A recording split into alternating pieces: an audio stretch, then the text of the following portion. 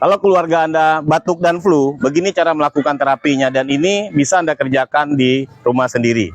Kita melakukan terapinya di area tengkuk, di area belikat sebelah kiri, belikat sebelah kanan, dan area lambung. Ini untuk yang panas.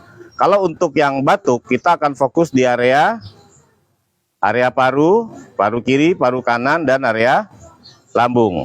Nah, kita melakukan terapinya menggunakan jari seperti ini. Ya, kita tempel, kita tekan, lalu kita getarkan seperti ini. Tujuan kita menekan supaya kita bisa membenturkan. Tujuan kita membenturkan supaya terjadi penguraian sumbatan.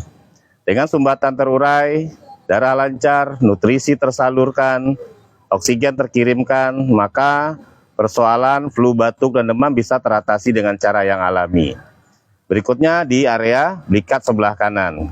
Cari tulang belikatnya, tempel, tekan, lalu kita getarkan, gerakan seperti ini.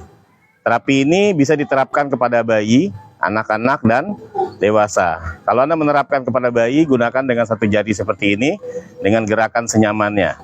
Untuk anak-anak, Anda boleh tekan juga senyamannya.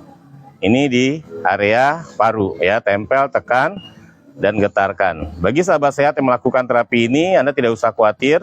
Ini jenis terapi yang aman, mudah dipelajari, minim resiko, dan insya Allah sangat bermanfaat. Selanjutnya, belikat sebelah kiri. Anda tempel, tekan, lalu digetarkan seperti ini.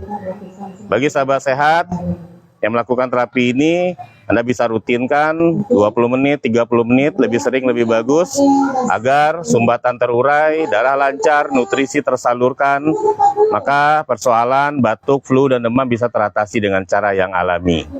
Bagi sahabat sehat yang ingin sehat alami, pastikan Anda rutin melakukan terapi totok punggung.